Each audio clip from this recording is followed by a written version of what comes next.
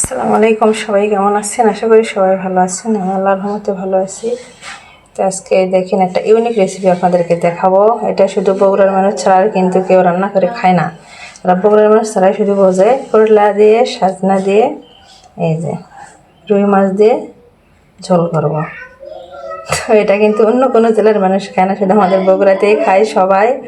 তো এইভাবে কিন্তু রান্না করে খাই। তো রুই মাছের প্লেটটা আমি সাজিয়ে নিয়েছিলাম এই জন্য, কারণ থ্যাম্বেল দিব এই জন্য সাজিয়ে নিয়েছিলাম। তো সেটা আপনাদেরকে একটু দেখাচ্ছি। তো কেমন লাগতেছে সবাই কমেন্টে জানাবেন। আর আজকের এই রান্নার ভিডিওটা কেমন লাগবে সবাই দেখবেন আমি কীভাবে রান্না করি। করলা দিয়ে, সাজনা দিয়ে কে কখনো খেয়েছেন নাকি? তো খাবেন। তো আরও মাছ আছে, একটা দিয়ে আমি প্লেটটা কিন্তু সাজিয়ে নিয়েছিলাম। এই যে আরও আছে।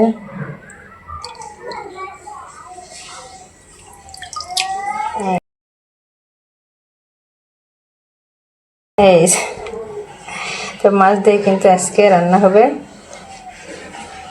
তো সবাই পুরো ভিডিওটা ফুল ওয়াচ করে দেখবেন এবং একটা লাইক দিয়ে কিন্তু দেখবেন। ওই জন্য আমি সাজিয়ে নিয়েছিলাম।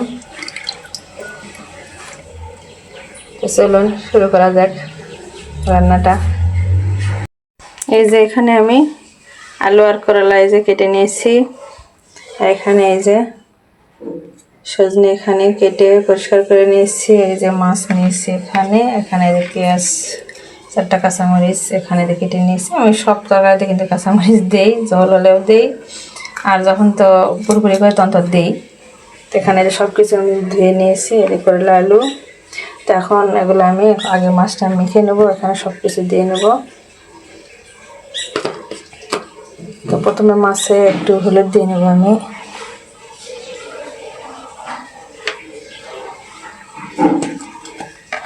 তারপরে এই যে গোটা মরিচ, তো এখানে আমি হলুদ দিয়ে নিচ্ছি।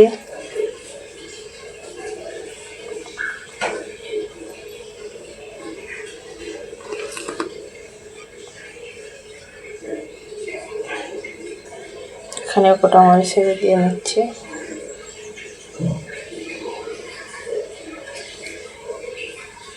তারপর লবণ দিয়ে নেব।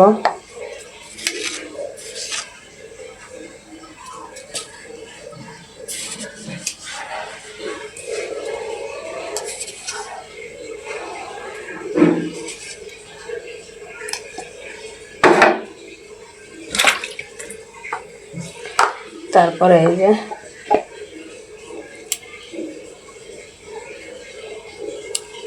আদা রসুন বাটা,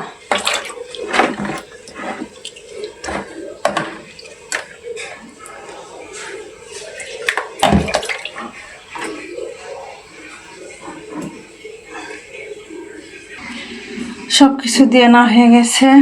এখন আমি মাছটা একটু মাখিয়ে নিই।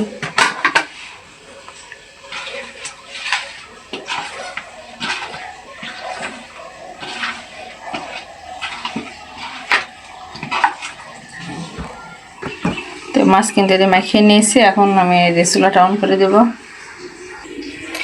এই যে কড়াই কিন্তু তুলে দিয়েছি। তো চুলাটা অন করে দিলাম।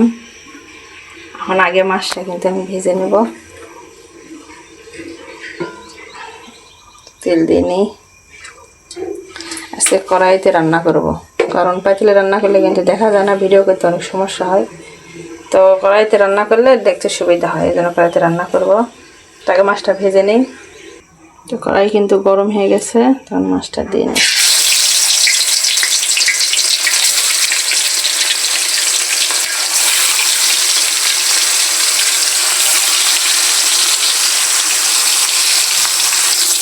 মাছ কিন্তু আমার ভেজানো হয়ে গেছে, এখন তুলে নেব।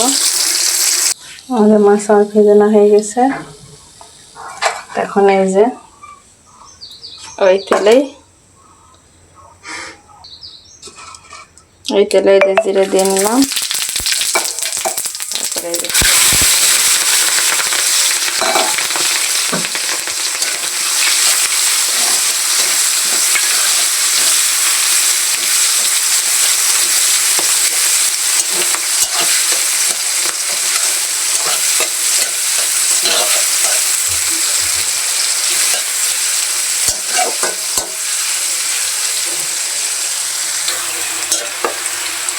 এই কিছুক্ষণ ভেজে নিয়েছি আমি, পেঁয়াজ কাঁচামরিচ ভেজে নিয়েছি।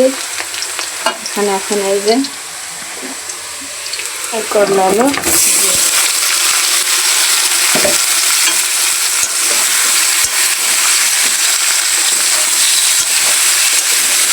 একটু কষাতে হবে।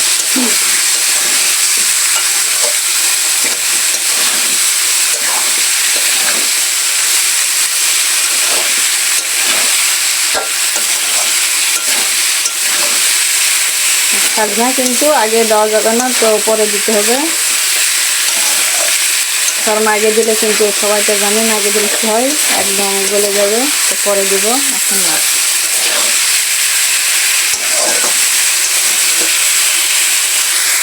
তো কিছুক্ষণ এই যে আমি কষিয়ে নিয়েছি, কষিয়ে নেওয়া হয়ে গেছে।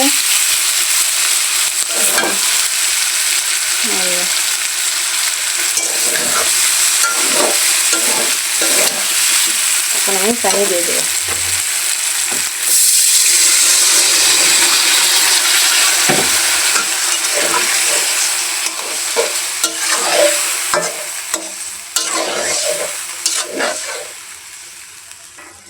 আমি পানি দিয়ে নিয়েছি, এখন কিছুক্ষণ এই দিয়ে ঢেকে দিতে হবে, সিদ্ধ হওয়ার জন্য তো অপেক্ষা করি, এখন করে থাক। তো দেখেন অর্ধেক সিদ্ধ হয়ে গেছে, এখন কিন্তু আমি এই সজনাটা দিয়ে দেবো। কারণ আগে দিলে কি হয়, বেশি একদম সিদ্ধ হয়ে যায়, এখন দিয়ে নিলাম।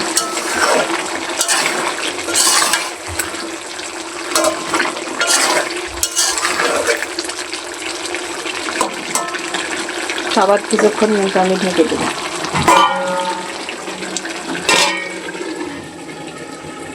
তো কিছুক্ষণ পর আমি দেখেন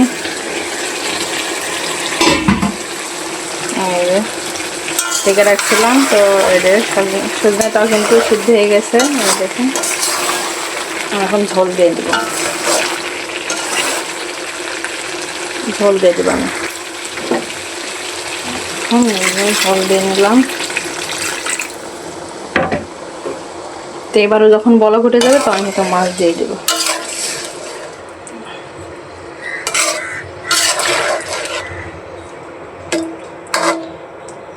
এটা কিন্তু পাতলা ঝোল হবে, কিন্তু আবার দিয়ে দিলাম। যখন বলক উঠে যাবে পানি তখন হয়তো মাছ দিয়ে দেবো। এখন আবার কিছুক্ষণ ঢেকে রাখতে হবে, আবার অপেক্ষা।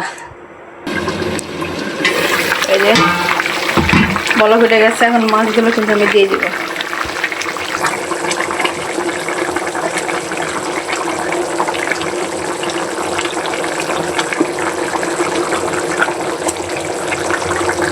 দিয়ে আবার কিছুক্ষণ ঢেকে রাখতে হবে, তারপরে কিন্তু আর অল্প টেক করে কিন্তু তরকারি কিন্তু হয়ে যাবে।